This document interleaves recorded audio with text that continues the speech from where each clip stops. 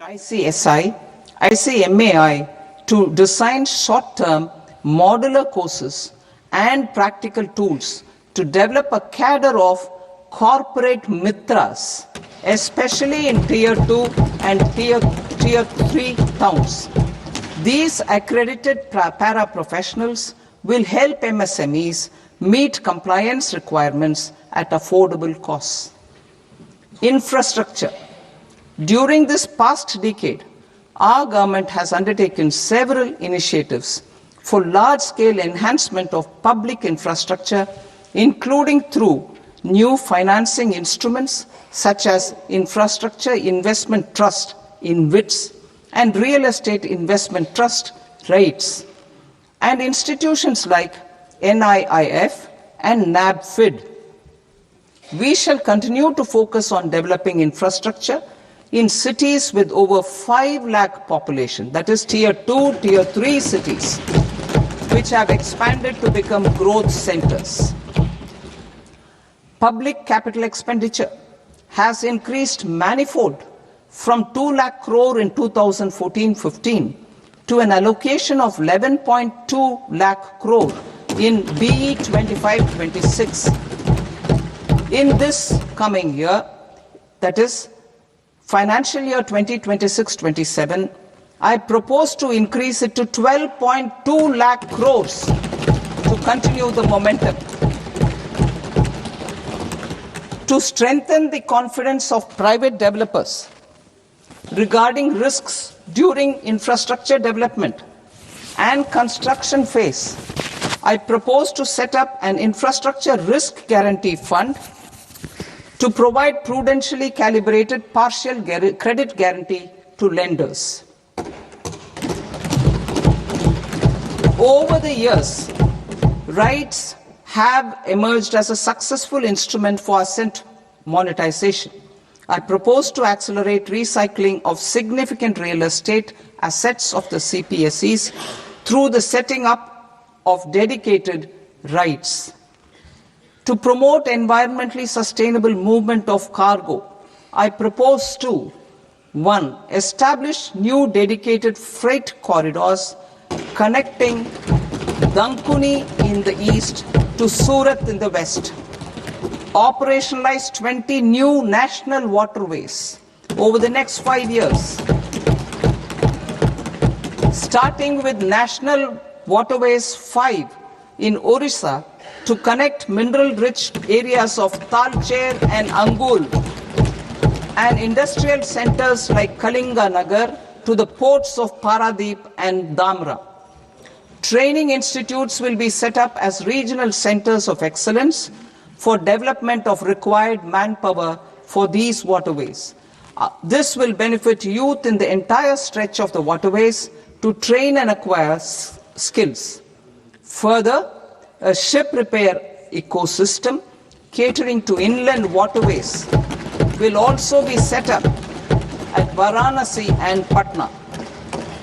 And C. Launch a coastal cargo promotion scheme for incentivizing a modal shift from rail to road to increase the share of inland waterways and coastal shipping from 6% to 12% by 2047.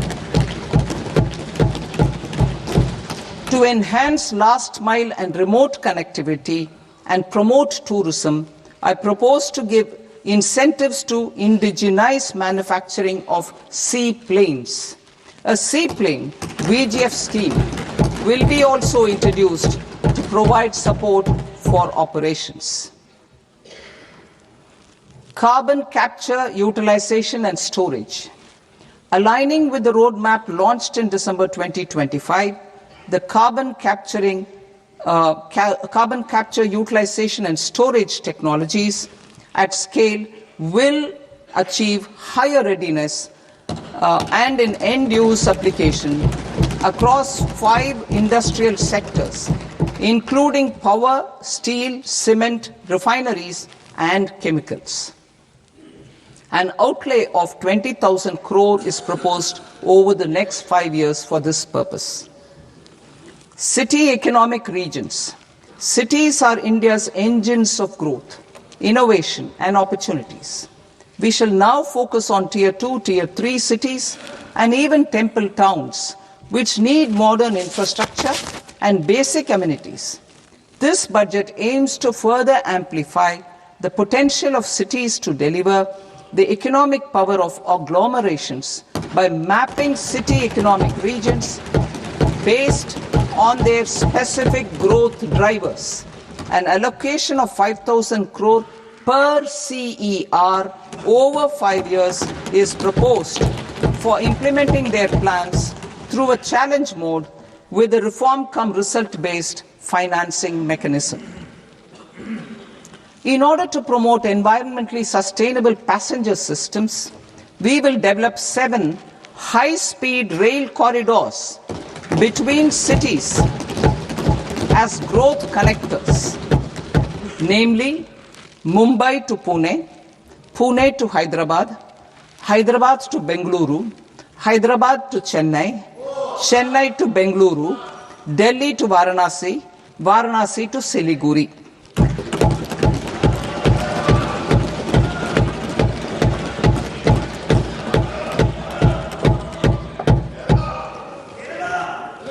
Financial sector. The Indian banking sector today is characterized by strong balance sheet, historic highs in profitability, improved asset quality, and coverage exceeding 98% of villages in the country. At this juncture, we are well placed to futuristically evaluate the measures needed to continue on the path of reform-led growth of this sector. I propose setting up a high-level committee on banking for Vikasit Bharat. High-level committee on banking for Vikasit Bharat to comprehensively review the sector and align it with India's next phase of growth, while safeguarding financial stability, inclusion, and consumer protection. The vision for NBFCs for Vikasit Bharat has been outlined with clear targets for credit disbursement and technology adoption in order to achieve scale and improve efficiency in the public sector NBFCs. As a first step, it is proposed to restructure the Power Finance Corporation and Rural Electrification Corporation. I propose a comprehensive review of the foreign exchange management non-debt instruments rules to create a more contemporary, user-friendly framework for foreign investments consistent with India's evolving economic priorities. Corporate bond market. I propose to introduce a market-making framework with suitable access to funds and derivatives on corporate bond indices. I also propose to introduce total return swaps on corporate bonds. Municipal bonds. To encourage the issuance of municipal bonds of higher value by larger cities, I propose an incentive of 100 crore rupees for a single bond issuance. 100 crore rupees for a single bond issuance of more than 1,000 crore. The current scheme under Amrit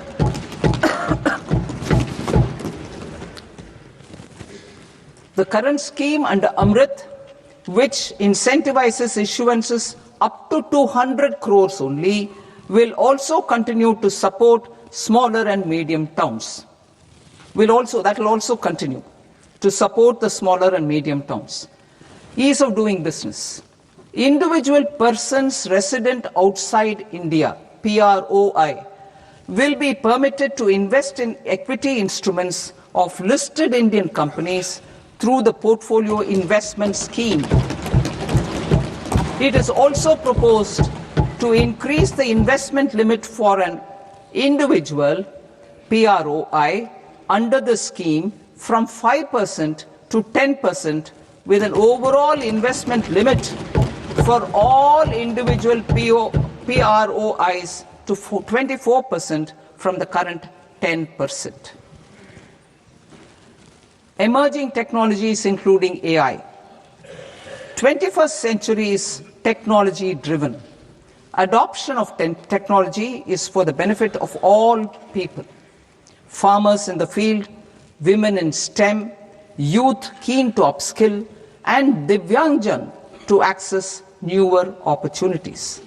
The government has taken several steps to support new technologies through AI Mission, National Quantum Mission, Anusandhan National Research Fund, and Research and Development and Innovation Fund. Our second kartavya is to fulfill aspirations and build capacities. Close to 25 crore individuals have come out of multi-dimensional poverty through a decade of our government's sustained and reform-oriented efforts.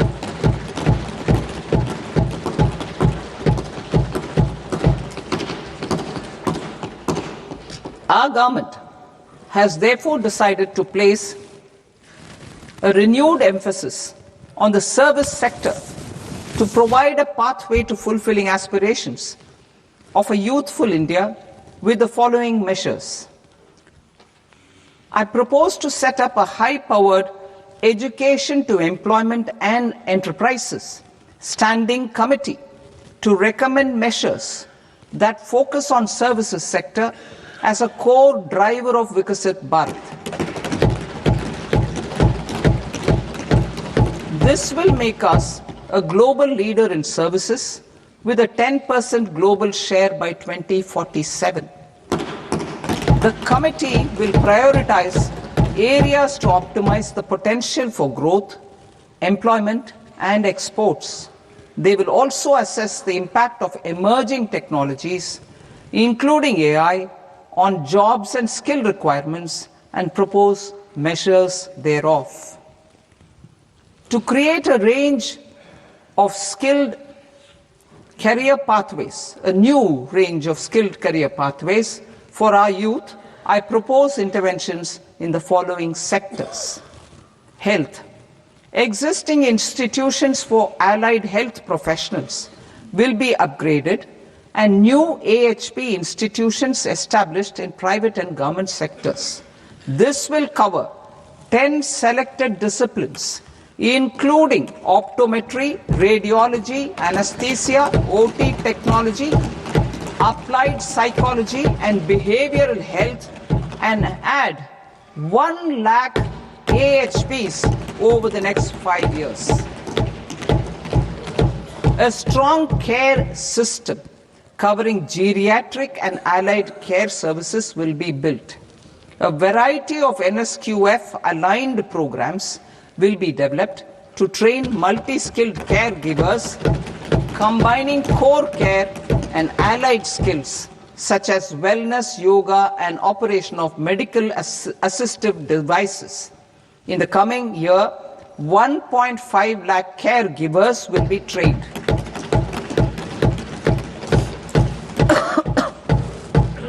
Hubs for medical value tourism. To promote India as a hub for medical tourism services, I propose to launch a scheme to support states in establishing 5 regional medical hubs in partnership with the private sector. These hubs will serve as integrated healthcare complexes that combine medical, educational, and research facilities. They will have Ayush centers, medical value tourism facilitation centers, and infrastructure for diagnostics, post-care, and rehabilitation. These hubs will provide diverse opportunities, job opportunities for health professionals, including doctors and AHPs. Ancient Indian yoga, already respected in several parts of the world, was given a mass global recognition when Honorable Prime Minister took it to the UN. Post-COVID, Ayurveda gained a similar global acceptance and recognition. Exporting quality Ayurveda products helps farmers who grow the herbs and youth who process the products. To meet growing global demand, a few more steps are being taken.